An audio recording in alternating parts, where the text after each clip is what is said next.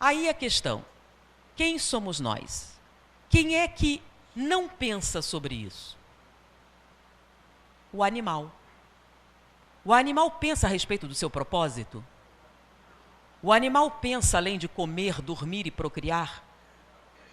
Ele produz alguma coisa além disso? E o homem?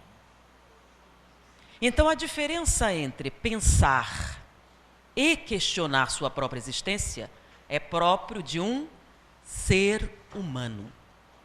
Você é um ser humano porque questiona a sua própria existência. Então, no momento em que você pergunta por que o céu é azul, por que as estações acontecem, por que as coisas estão aí, esta dúvida a respeito da sua própria existência, quem sou eu? Por que isso aconteceu? Foi no momento em que você saiu do reino animal e tomou consciência. Junto com a consciência veio alguns problemas, por exemplo, as escolhas. A sua capacidade de fazer escolhas é que leva a esses questionamentos. Qual a coisa certa a fazer?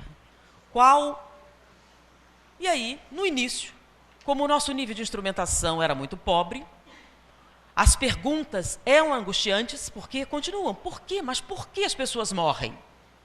Porque é possível que a primeira pessoa que desejou possuir uma companhia e a perdeu questionava, mas por quê? Por que eu? E nessa angústia desse questionamento veio aquela forma de serenar esse sofrimento, que são os mitos. Então, um poder sobrenatural, alguma coisa com o objetivo de serenar essa angústia interna. Aí dá origem à mitologia e uma série de... Mas a gente continuava questionando. A filosofia nasce, que a gente fala na Grécia, mas não haviam pensamentos filosóficos? Sim, mas esse questionamento sistemático surge lá por quê? É claro que por um motivo de natureza social, econômica. Os gregos eram grandes mercadores. E vocês sabem que se você é dono de um comércio, o cliente sempre tem razão, certo? Então imagina que você vai receber pessoas que vêm do Egito, de vários locais, cada um com a sua religião, e se você for um bom comerciante, você tem que ser neutro. E diante disso, tem que respeitar as posturas e costumes daquele que será seu cliente, que vai comprar seus vasos, seu azeite, etc. E com isso, vem o questionamento.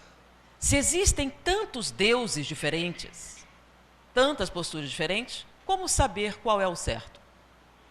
Isso é muito ousado, porque normalmente as diversas religiões determinam, são extremamente deterministas com relação ao qual o seu procedimento e o que você pode ou não perguntar. E no momento em que essa liberdade se estabeleceu, começou o questionamento.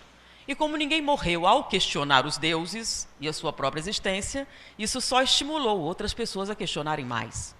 Então, a filosofia, poderíamos dizer, claro que na definição objetiva da palavra é amor ao conhecimento, mas a palavra conhecimento também é posterior, né? Então, amor ao saber. E o que é amor ao saber? Aliás, o que é o saber? Então, a gente pode definir, por exemplo, na colocação de Platão, tá? Conhecimento é a busca da verdade.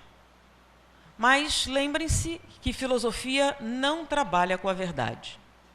Como assim? Não, ela não trabalha com a... Então é mentira? Não. Então por que não trabalha com a verdade? Pela própria definição de verdade. O que é verdade?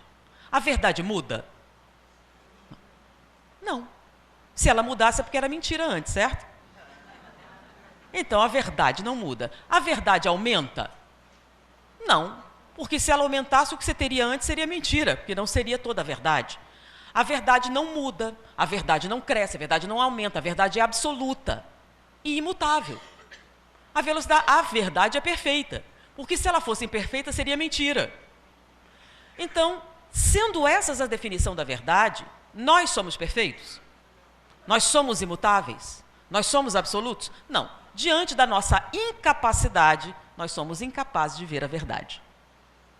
Então, diante disso, a filosofia não trabalha com a verdade, ela trabalha com a busca. Mas como é que a gente vai definir, então, o que seria a busca da verdade? Então, Platão diz o seguinte: existe um conjunto que contém todas as crenças, tudo que você supõe que seja o quê? verdade. E existe um conjunto que contém a verdade. Nós não temos condições de ver toda a verdade devido à nossa imperfeição, mas algumas coisas dentro desse conjunto nós podemos ver. Então existe uma interseção entre o conjunto das crenças e da verdade.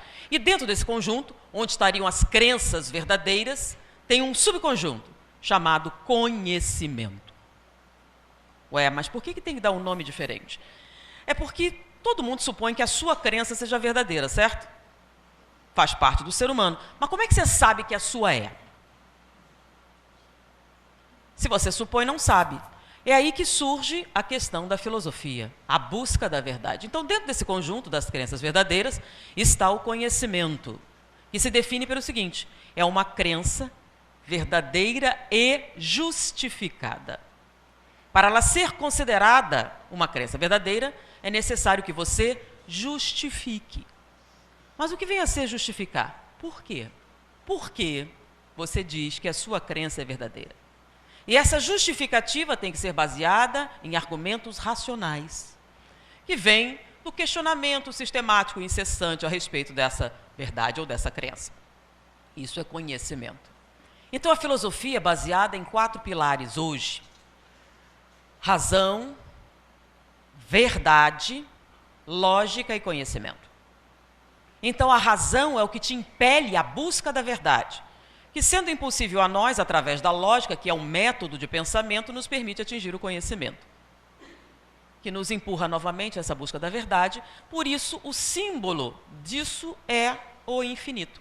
Foi dado por Aristóteles, porque é um questionamento que não tem fim. Porque cada conquista intelectual, tecnológica, social, emocional que você adquire, seus questionamentos mudam.